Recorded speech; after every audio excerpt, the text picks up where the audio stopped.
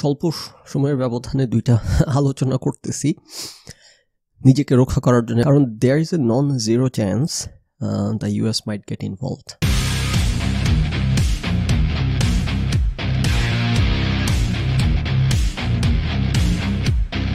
তো সেটা যদি হয়ে বসে তখন আবার বাং মুসলিম চলে আসবে আমাকে ফাটাইতে যে কী ব্যাপার, আপনি না বলছিলেন যে আপনি ট্রাম্প সাপোর্টার, ট্রাম্প এটার মধ্যে ইনভলভ হবে না, বা সারাদিন ট্রাম্পের আপনি ই করে কি পাচাটামি করে এগুলো বলে আসলে ফাটাই ফেলবে। এই জন্য আগে থেকে আলোচনাটা করে রাখি যে কী হইতেছে, কেন, মানে কি হওয়ার সম্ভাবনা আছে, এবং সেটা যদি বা হয় তাহলে কেন হবে।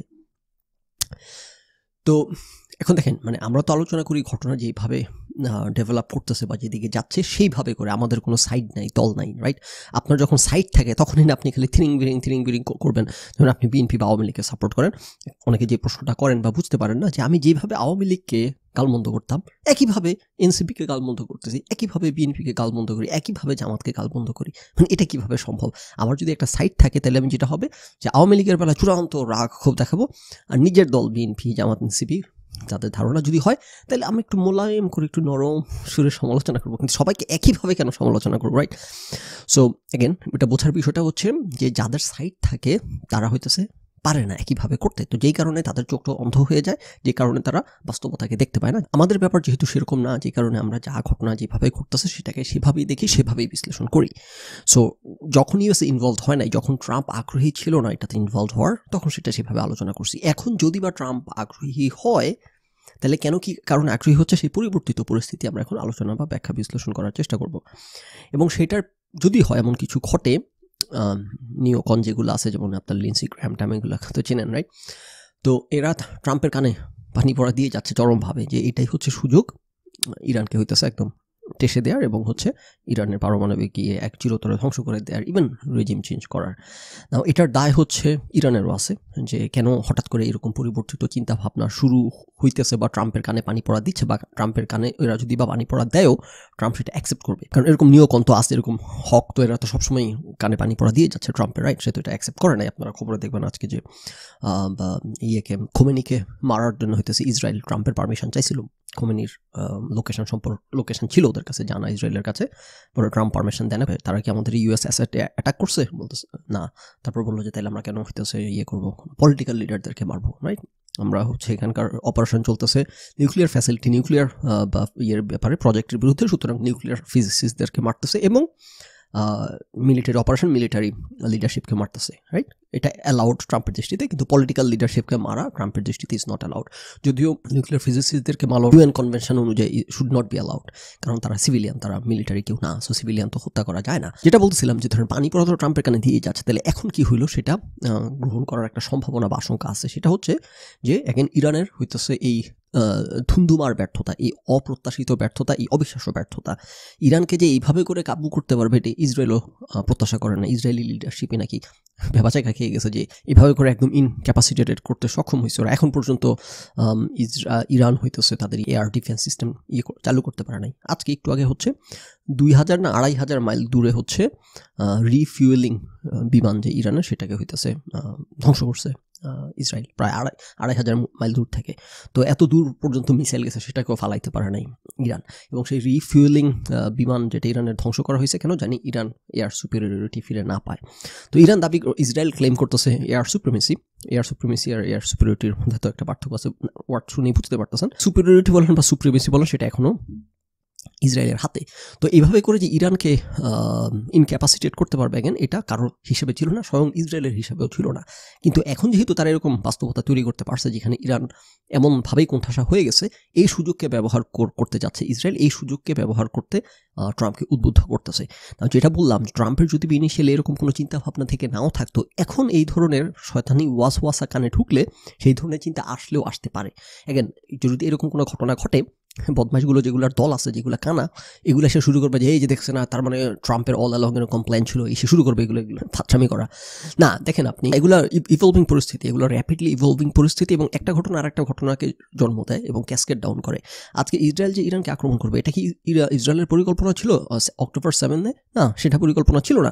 অক্টোবর 7 পর গাজাতে করার পর, তারপর যখন হিজবুল্লাহ, হামাস থেকে শুরু করে সবাইকে যেভাবে করে দুমড়ে মুছড়ে নাস্তানাবুদ করে দিয়েছে ইসরায়েল। তারপর তাদের মাথায় শয়তানি বুদ্ধি ঢুকতে শুরু করছে যে ওকে ফাইন, আমরা যেহেতু ইরানের সকল অ্যাক্সিসকে গুড়াই দিছি, এবং তারপর যখন বাশার সরকারের পতন হয়, এবং বাশার সরকারের পতন হয়েছে কেন, কারণ ইরান তখন হইতেছে ইসরায়েলের সাথে মিসাইল ঝালাঝালি করতেছে, ইরান ব্যস্ত এদিকে, তো এই সুযোগে হইতেছে বাশার আল আসাদের সরকারের পতন হয়েছে। তো দেখেন আপনি প্রত্যেকটা ঘটনা কিভাবে একটাকে ক্যাসকেড করছে, করার পর তারপর বাশার আল আসাদ সরকার পতন হওয়ার পর তারপর ইসরায়েলের মাথায় শয়তানি বুদ্ধি ঢুকছে, ও মেবি এখন আমরা এই সুযোগ ব্যবহার করে ইরানকে টেসে দিতে পারি, কারণ এখন ইরানকে আক্রমণ করার ক্ষেত্রে সবচাইতে ভয় ছিল ইসরায়েলের এবং আমেরিকার এবং তাদের এই এলাইয়ের, যে ইরানের যে ইয়েগুলো আর কি বেসিক্যালি যে প্রক্সিগুলা, হ্যাঁ, এরা যে হিজবুল্লাহ এবং আপনার হুতি এবং এরা যে হামাস, এরা হইতেছে চারপাশ থেকে রকেট টকেট মেরে ব্যতিব্যস্ত করে রাখবে এদেরকে।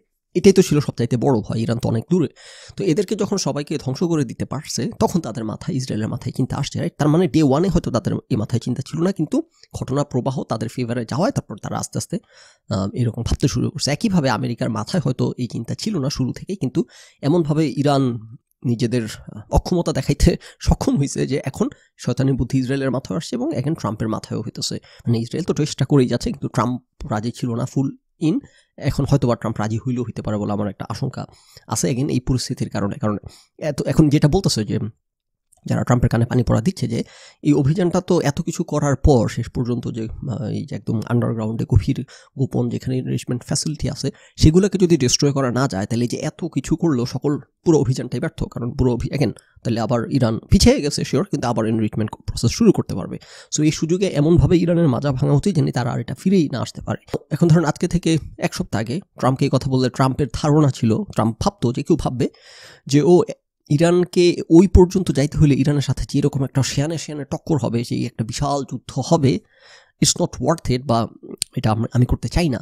কিন্তু অ্যাপারেন্টলি দেখা গেল যে কোনো শেয়ানে টক্কর হয় না এবং কোনো বাধার মুখেই পড়ে নাই ইসরায়েল। হ্যাঁ, তো তাতে করে এখন এরকম প্রলুব্ধ ফিল করা অস্বাভাবিক না, এবং এগেন এটা কিন্তু পরিবর্তিত পরিস্থিতিতে, উদ্ভূত পরিস্থিতিতে পরিবর্তিত অবস্থান হবে। সেটা এমন হবে না যে এখন এই গুজববাজরা যেরকম ধরেন, এই গুজববাজরা কিন্তু কিছুদিন পর শুরু করবে, যেটা আমি লিখছি ফেসবুকে এবং আরেকবার আপনাদেরকে বলি, যেটা এতদিন পর্যন্ত হামাসের কৃতিত্ব অক্টোবর 7 ফাটাই ফেলছে ইসরায়েলকে, হামাস বীর পুরুষ মাথায় নিয়ে নাচছে, কিন্তু সেই অক্টোবর 7 ঘানি যেভাবে ইরানকে টানতে হচ্ছে, হামাসের পতন, হিজবুল্লাহর পতন, বাশার আল আসাদের পতন, এখন মনে হচ্ছে ইরানের পতন মনে হচ্ছে ম্যাটার অফ এ টাইম। তো তারপর এখন এরা বলা শুরু করবে কি, ও তার মানে অক্টোবর 7 হইতেছে ইসরায়েল নিজে সাবোটাজ করছে, ইসরায়েল নিজে ষড়যন্ত্র করে ঘটাইছে 9/11-এর মতো আর কি। এখন সেটা ন্যারেটিভ পাল্টে যাবে, কেন ইসরায়েল এগুলো করছে, এইগুলা করার জন্য, তাহলে ইরানের বিরুদ্ধে যুদ্ধ করতে পারবে। ও মা, কেন তোরা না মাথায় নিয়ে এতদিন নাচলি হামাসকে নিয়ে অক্টোবর 7-এর জন্য, এখন সেই কৃতিত্ব হামাসের মাথার মুকুট থেকে সে পালক কেড়ে নিবি তোরা? আচ্ছা, তো এদের তো কিবলা নড়ে চড়ে, এই কারণে এতবার করে কথাটা বলে পয়েন্ট এস্টাবলিশ করতে হচ্ছে বা বুঝাইতে হচ্ছে যে পরিবর্তিত পরিস্থিতিতে, উদ্ভূত পরিস্থিতিতে there is a non zero chance right now যে আমেরিকা এটার মধ্যে ইনভলভ হইলেও হইতে পারে। এখন যেটা বললাম, কানে পানি পড়া দিয়ে যাচ্ছে এবং আগে থেকেই দিয়ে যাচ্ছে, ট্রাম্প কানে তোলে না, কিন্তু এই বর্তমান অবস্থার কারণে মানে আপনি যদি if you put yourself in Trump's shoe, যে ওকে যেহেতু আমার মানে যে বলো যে সোয়ায় যেহেতু দিছে, এখন ওয়াই নট একটু কিলে নেই, রাইট? যদি এমন কিছু হয়ে বসে, যদি আমেরিকাতে ইনভলভ হয়, যদি ইরানের রেজিম চেঞ্জের পূর্ণ দমে নেমে পড়ে এটার মধ্যে আমেরিকা সহ, তাহলে অবাক হবেন না এবং তখন এসে কমেন্টে উৎপাত করবেন না যে কী ব্যাপার, আপনি না বলছিলেন ট্রাম্প এটাতে ঢুকবে না বা আগ্রহ নাই, তাহলে ট্রাম্প কেন ঢুকলো? এটার কারণ হচ্ছে ইরানের অবিশ্বাস্য অকল্পনীয় ব্যর্থতা হয়তো ট্রাম্পকে ওই পথে যেতে প্রলুব্ধ করতেছে।